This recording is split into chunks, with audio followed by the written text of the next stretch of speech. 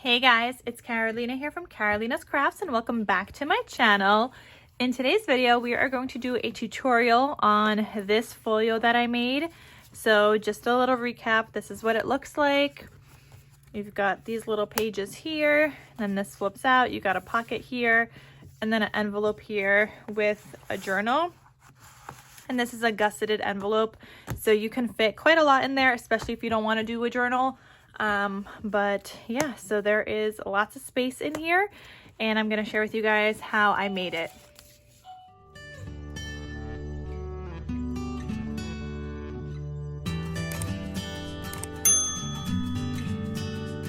Sorry guys, there is my dog ringing the bell because all she wants to do is be outside and look at the bunnies because we have a bunny's nest outside. Anyway, so we are going to make the base of this album. You're first going to need a piece of cardstock that measures 8.5 by 8.5 by 11.5 by 11 by 11. Yeah, 8.5 by 11.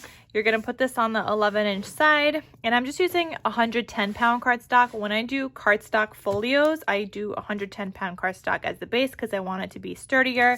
Otherwise, when I make my other albums, I generally use 65-pound weight, but for cardstock only albums that don't have chipboard, I do 110-pound cardstock.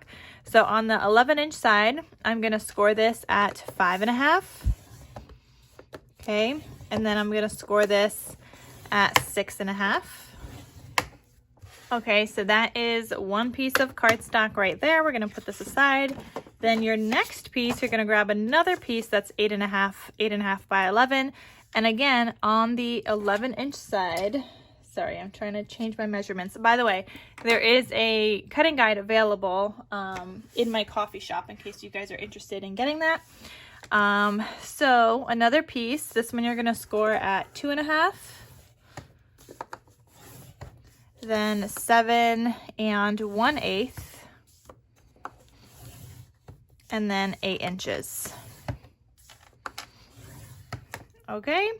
So that are the two pieces you're going to need to make the base of your album right now. So this piece right here is going to be a pocket. I'm actually going to flip this over. This is the second one we just folded. This is a pocket. I'm going to flip over.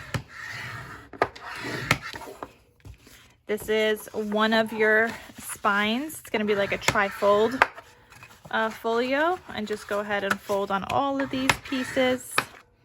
So I guess we just kind of folded all of the pieces inwards, okay? That's on that second piece. This other piece right here, you're also gonna score along these score lines. Now this first piece that we scored, one of the pieces, which is this one right here, this measures 5.5. Then you have a 1-inch spine, and you could see this back piece is shorter. We need to get that back piece to also be 5.5 inches long. So what I'm gonna do is I'm just gonna put this on my scoreboard just to help me with some gluing. I'm going to line this up at the edge here. Okay, just like that. And it's gonna be a little hard to see because I need to glue this other piece so that this first score line lines up with 5.5 as well. Okay, so just kind of like make sure you hold that in place.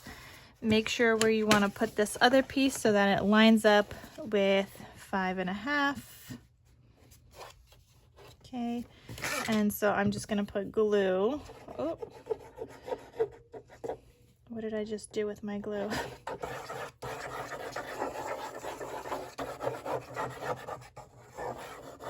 And you're gonna cover this up with patterned paper, so this part's not a big deal. So I'm gonna line this part up, that first score line on that other one, line it up at 5.5. Okay, and then I could glue those pieces together. So go ahead and just get that glued down. Okay, and I'm just gonna add a little bit more glue here. This isn't gonna matter so much once you add your patterned paper, so don't feel like you need to do that part right now. I just wanted to make sure it's all stuck down.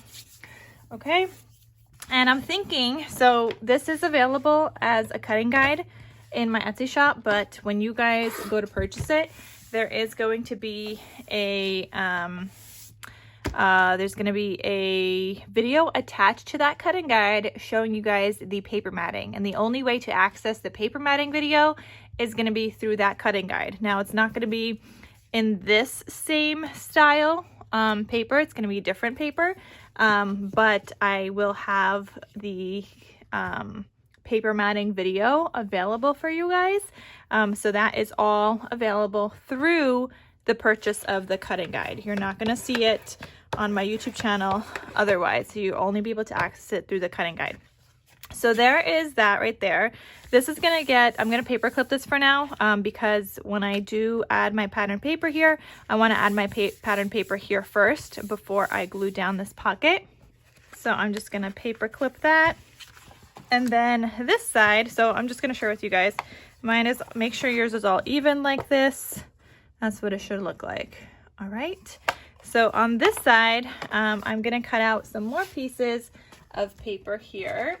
And I'm going to need 2 pieces of paper that measure 5 inches by 8.5. So you're just going to take another piece of 8.5 by 11 cardstock and just cut it down to 5 by 8.5. So 5 and then another 5. Okay, so I got these 2 pieces and I'm going to go ahead and score those on the 5-inch side at 1/2 inch. So I'm actually just going to score at 4.5 because that's easier for me right here. But you could totally flip it and score at 1/2 inch.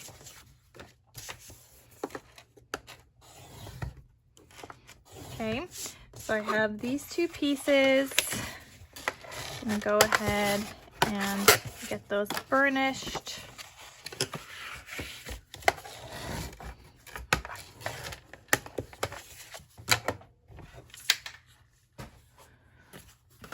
Okay, and then you're ready to glue these down here. So I'm going to take my glue. I don't know why my glues are exploding today. This never happens. But of course, when you start doing a video, something happens. Okay, so I'm going to line this up on the very edge here on the left-hand side of my folio.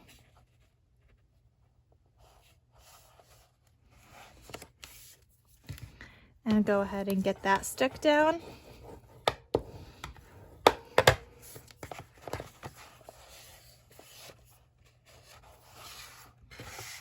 And then I'm going to do the same on the other side.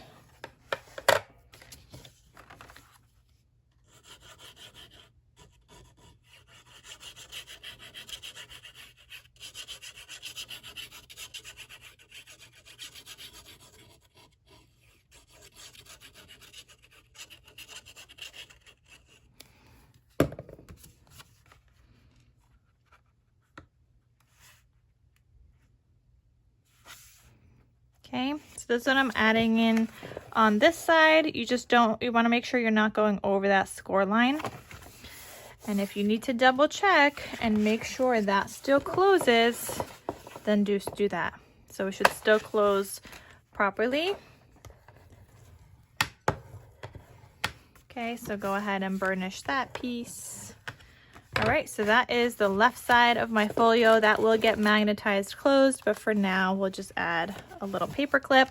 And then the only last piece you have left is the piece in the center.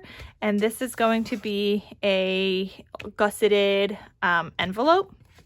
So let's make that now. Gonna fold that up on the side.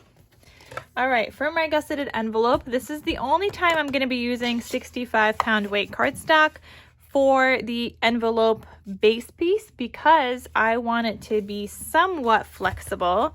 Since I have a journal in mine, I want you to be able to kind of pick up this piece and be able to, you know, stuff it and whatever so that it still moves around a little bit so it's flexible and not like so hard as everything else, just for that journal. So I'm gonna grab a piece of 65-pound weight cardstock. I take it back. Ideally, I would do that in 65-pound weight cardstock, and I did with my last one. However, I ran out of black 65-pound cardstock and my order has not yet come in yet. So I'm going to do this with heavyweight cardstock, but I'm going to share with you guys anyway because I want to get this video done. Okay, so here you're going to grab another piece that measures 8.5 by 11 and you're going to cut it down to be 5 3/4 by 11. Okay, so you just have a scrap left over. You're now going to take your scoreboard and I'm going to put this on the 11-inch side and I'm going to score at 3/4, so 3/4 of an inch. Then I'm going to score at 1 inch. That gives me a 1/4 inch gusset. Then I'm going to score at 9.5 and 9 3/4. Okay, I'm going to turn this to the 5 3/4 inch side. And I'm going to score at 4 1/4 and then also at 4 1/2. Okay, so you have this piece right here with all these score lines. I'm going to cut off most of this. So that first score line here, or that top score line, yeah, actually, I'm going to go in further. I'm going to go in all the way, cut off that whole entire corner.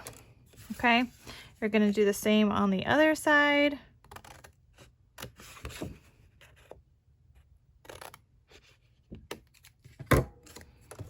All right, so you have your gusseted pocket. Go ahead and burnish all the pieces. I mean, I guess you could do this with 110-pound cardstock. It's not so bad.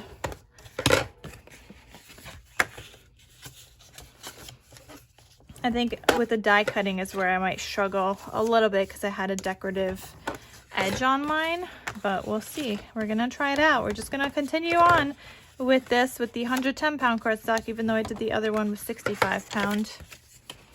So I guess it's totally up to you. So here's my little like gusseted pocket right there. Okay, so when I glue this down, obviously I'm going to glue it down inside my journal or inside my folio.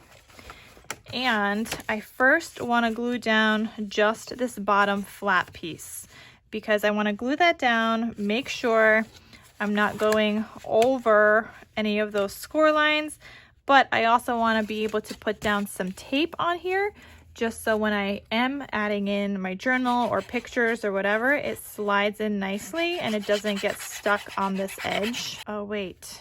Nope. Not doing that because I want my pretty edge. All right, let's flatten that out and just get some off. Okay, we're gonna have to do that in a second. Actually, I'm gonna have to do that when I do the paper matting video. So for now, if you do have this and you're getting ready to paper mat, you can do a decorative edge here. I'll show you guys mine once again, because I did a decorative edge. You guys could see right here. So if you guys want to do something like that, this would be the time to do that. I like to do it with my pattern paper picked out so that I don't have to cut a million times, and I just cut it once with the pattern paper already kind of picked out. But yeah, this is gonna go here. If you are not yet doing this, feel free to just kind of tuck this in for now until we get to the paper matting part. And now we need the flap. So the flap part, you're gonna grab another piece of paper, and this time you're gonna cut it down to be 5 inches by 8.5. Okay, so this is 5 right here.